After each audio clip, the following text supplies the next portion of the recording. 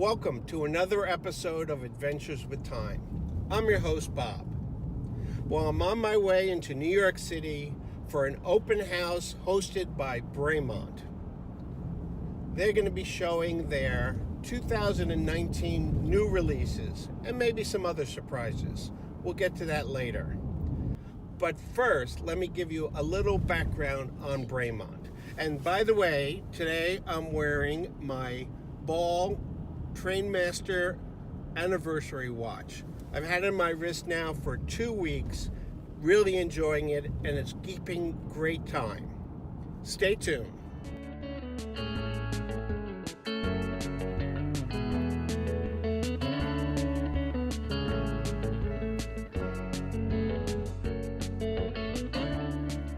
Ever since I started watch collecting in late 2017, I've had my eye on Bremont.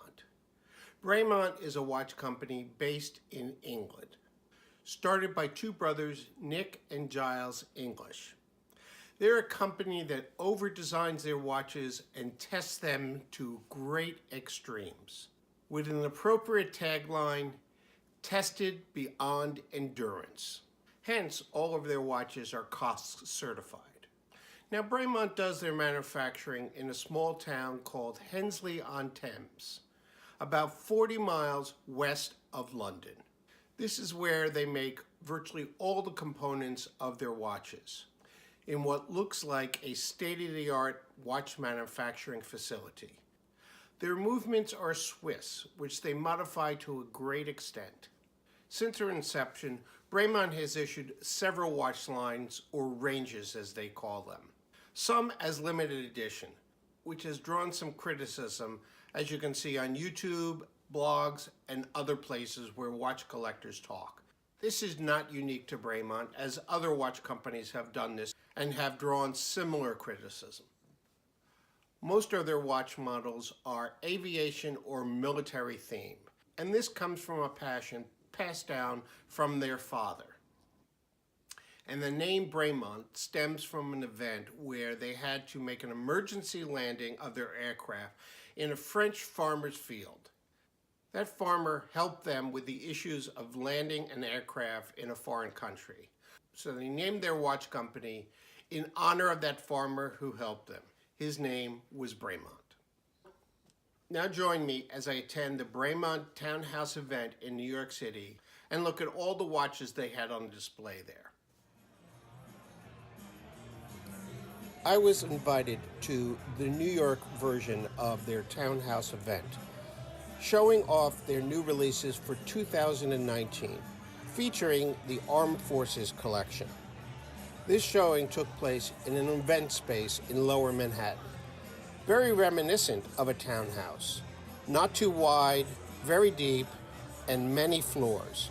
But most of the action took place on this one level, where people gathered, talked, looked at the watches in the displays, and of course, drank and ate. A few other displays were located in small rooms on other levels. The Armed Forces collection, or as they call it in their catalog, the Armed Forces range, consists of 3 watches. The Argonaut is a 42mm three-hander with an internal bezel and uses the Bremont Movement 92 AV. The Arrow is a 42mm chronograph with a mono pusher. That is, a single pusher to start, stop, and reset the chronograph. It uses the Bremont 51 AE movement.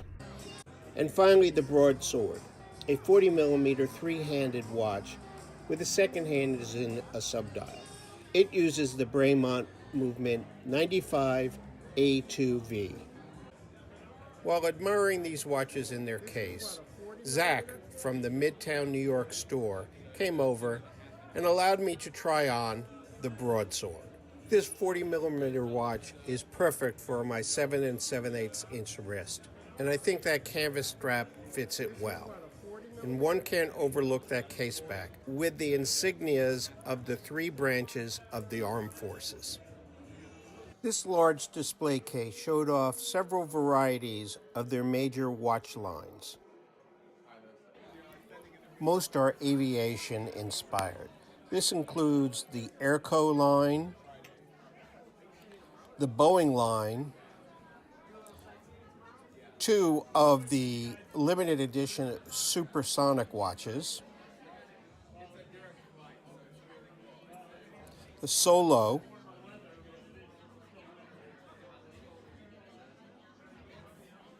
the ALT-1, and finally the racing-inspired Jaguar line. Next, we found the two new models of the S2000, first introduced in 2013, a 2,000-meter dive watch. This now comes with red on the bezel or yellow on the bezel. And the S300 in white, a dive watch which is part of their submarine line. Two women's watches were on display, part of the Solo 34 line. First, the 34AJ, honoring Amy Johnson, who flew her plane from England to Australia in 1930. Also, the 34LC, named after Lettice Curtis, a female pilot in World War II. Finally, to show you is the latest two issues of the Martin Baker series, commemorating the company that supplies most of the world's air forces with fighter ejection seats. These watches go under extreme testing to withstand the forces and conditions with ejecting from a high-flying and fast fighter jet. Two varieties here, one with an internal bezel, the other a GMT. And on the case back, there is an engraving of the Martin Baker injection seat. On our way out, I stopped to examine an actual Martin Baker ejection seat. Of course, I took this opportunity to sit in it.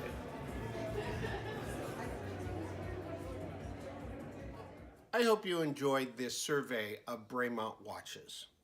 I certainly enjoyed the event and learned a lot in preparing for this video. Now, Bremont has a lot of nice watches, but I think the one that I would get, if I could afford it, was one of the Martin Baker series. In fact, the MB3 GMT.